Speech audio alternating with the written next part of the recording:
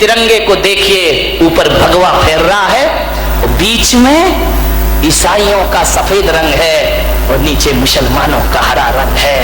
तो एक आदमी ने पूछा कि जैनियों तुम्हारा क्या है?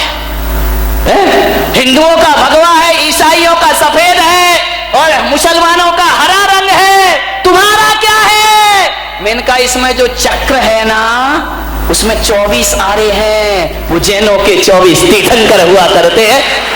ये हमारे देश का झंडा है, ध्यान रखिए, यान बान और शान है। पंजाबियों से कहा तुम्हारा क्या है? बोले डंडा क्या तुम्हारे बाप का है? डंडा पंजाबियों का है, ध्यान रखिए, तब तो झंडा बनेगा। सबका उसमें सबका। यदि ये देश मुसलमानों से नफरत करता तो हरा रंग कभी इस झंडे पर लहराता हुआ दिखाई नहीं देता। ये देश तो सबसे प्यार करता है। अरे हमारा देश तो वो देश है, मुसलमान तो बहुत बड़ी चीज है। हमारे यहाँ तो चींटी से भी प्यार किया जाता है, हमारे यहाँ तो पेड़ पौधों से प्यार किया जाता है, हमारे यहाँ तो हवाओं से प्यार किया जाता है। मुसलमान से इस देश को नफरत नहीं है। हाँ, ये देश नफरत करता है अफजल गुरु से, ये देश नफरत करता है कसाब से, ये देश प्यार करता है अब्दुल कलाम से। ध्यान रखिए, अब्दुल कलाम से प्यार करता है ये देश। विचार करिए, राष्ट्रपतियों में अब्दुल कलाम जैसा राष्ट्रपति आज तक इस देश को प्राप्त नहीं हुआ है। ध्यान रखिए, ना हमें रंग से नफरत है, ना जाति से नफरत है, ना मजहब से नफरत है। ये देश तो सम्मान करता है राष्ट्रभक्तों का। राष्ट्रद्रोही यदि हिंदू भी हुआ तो देश उससे भी नफरत किया करता है। माननीय, ऐसा हमारा देश। कहां नफरत? प्रेम से रहते हैं, प्रेम से जीते हैं। माननीय, यदि देश नफरत करता तो मुसलमान उपराष्ट्रपति बन सकता था इस देश में। विचार करिए, सरदार राष्ट्र प्रधानमंत्री बन सकता था इस देश में। अरे मेरा देश तो वो देश है, कौन कहता है भारत भूखा मर रहा है? विचार करिए, कौन कहता है भारत भूखा मर रहा है? चाय वाला प्रधानमंत्री बन रहा है, चाय वाला प्रधानमंत्री बन रहा है, झाड़ू वाला मुख्यमंत्री बन रहा है। दिल्ली में चाय वाला प्रधानमंत्री बन रहा है, झाड़ू वाला मुख्यमंत्री बन रहा है, 12वीं पास शिक्षा मंत्री बन रहा है, अंगूठा टेक सरपंच बन रहा है, और पढ़ा लिखा फेसबुक में ग्रुप खेल रहा है।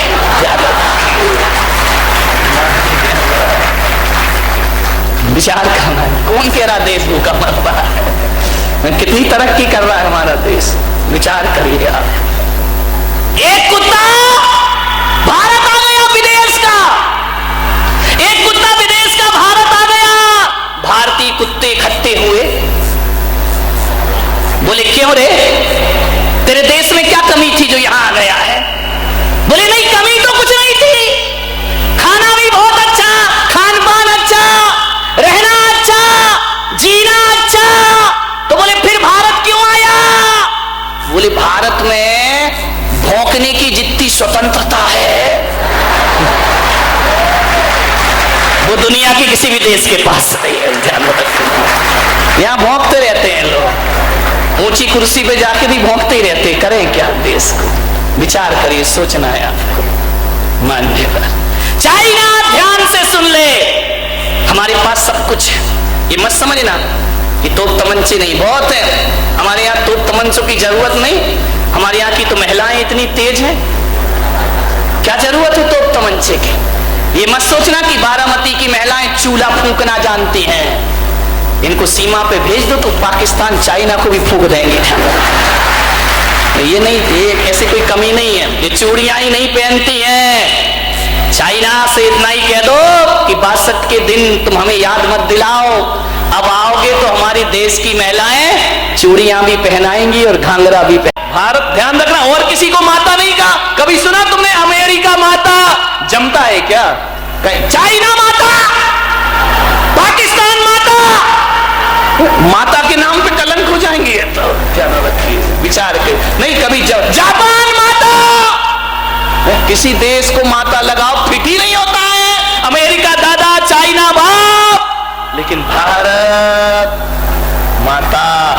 इसलिए उनको फिट नहीं, इनके संस्कार को तो छोड़ो, इनके नाम में नहीं जुड़ता है। कभी बोल के देखना जय चाइना माता, फिट ही नहीं होता है कहीं से कहीं तक। जय अमेरिका माता, जय रूस माता, कहीं से फिट नहीं होता है मेरे भाई। एक जुबान में निकल जाता है भारत माता कह करके दुनिया बुला। माता शब्द तो केवल भारत के साथ फिट हुआ करता है, क्योंकि इनके पास तो माता के संस्कार भी नहीं हुआ करते हैं। मां के असली संस्कार यदि कहीं हैं तो केवल हिंदुस्तान के पास हुआ करते हैं। उस संपादक ने तीसरा प्रश्न पूछा कि आपके देश की सभ्यता और संस्कृति है या नहीं है? उनका है। तो बोले जब आपके देश में सभ्यता संस्कृति मर्यादा है तो जरा ये बताओ कि जापान लंदन से बने कपड़ों के लिए तुम्हारे देश के युवा युवती क्यों तड़पते हैं उन्हें पहनने के लिए? आपको तो हिंदुस्तानी वस्त्र पहनना चाहिए, आपको तो भारत के वस्त्र पहनना चाहिए, मर्यादा के वस्त्र पहनना चाहिए। ये तीन प्रश्न हैं, देश का नाम, देश की भाषा और देश की संस्कृति। 70 साल से इन प्रश्नों का कोई उत्तर नहीं मिला। ध्यान रखिए, क्यों हम विदेशी वस्त्रों की तरफ भागते हैं?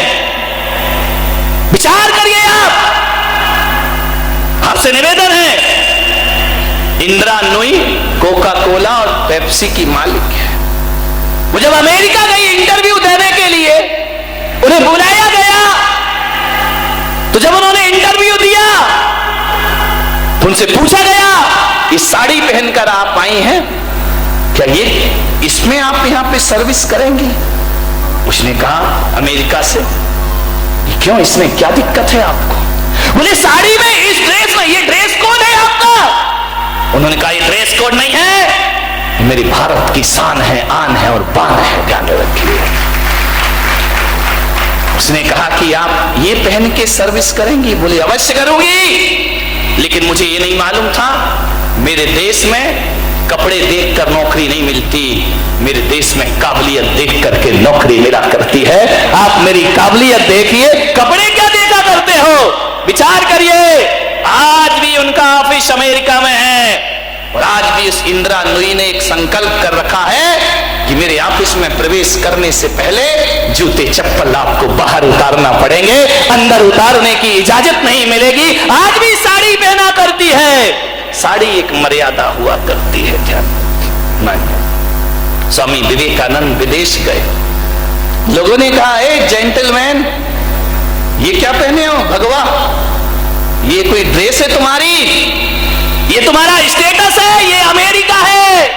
स्वामी विवेकानंद ने कहा मुझे आज समझ में आया कि अमेरिका का स्टैंडर्ड, अमेरिका का स्टेटस 2 कौड़ी का दर्जी बनाता है। हमारे यहाँ तो चारित्र स्टेटस बनाता है, हमारे यहाँ तो व्यवहार और आचरण से जीवन का स्टैंडर्ड बनता है।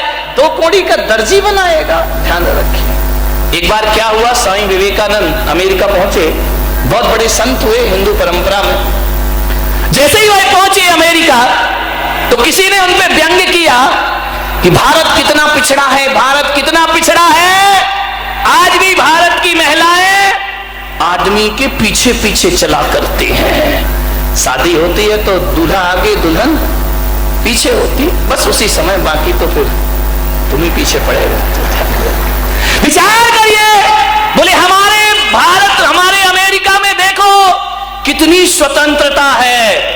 यहां पति पत्नी आगे पीछे नहीं चलते गाय बैल की तरह। हमारे यहाँ तो हाथों में हाथ डाल करके चला करते हैं, हमारे यहाँ तो हाथ पकड़ के चला करते हैं। और तुम्हारा भारत इतना पिछड़ा है कि पत्नी अभी भी जानवर की तरह पीछे पीछे चलती है। स्वामी विवेकानंद ने कहा कि तुम क्या जानो मेरे भारत की कीमत, तुम क्या जानो मेरे भारत के सिद्धांत।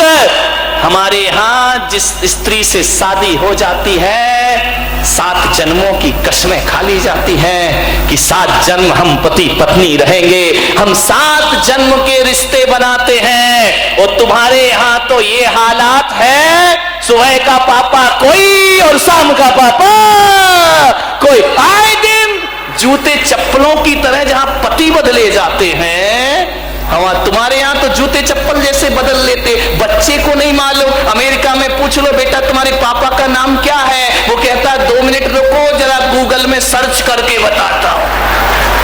ध्यान रखिए, ये अमेरिका के हाल है, विदेशों के।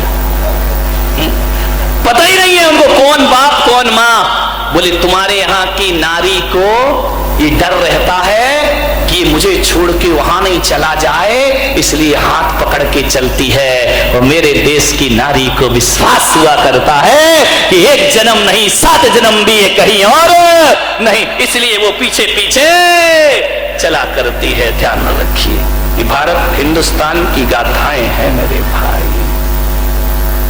लाल बहादुर शास्त्री जब पाकिस्तान गए, क्या जज्बे रहे इन लोगों के। आप जानते हैं उनकी हाइट बहुत नीची थी, छोटे से थे, लेकिन ऐसा प्रधानमंत्री लाल बहादुर शास्त्री के बाद हिंदुस्तान को आज तक प्राप्त नहीं हुआ। ध्यान रखना, जो जब प्रधानमंत्री रहे देश के, और जब देश से विदा होते हैं तो कर्जदार होकर के दुनिया से जाते हैं। मान्यवर, अमेरिका और भारत में इतना ही अंतर है कि अमेरिका में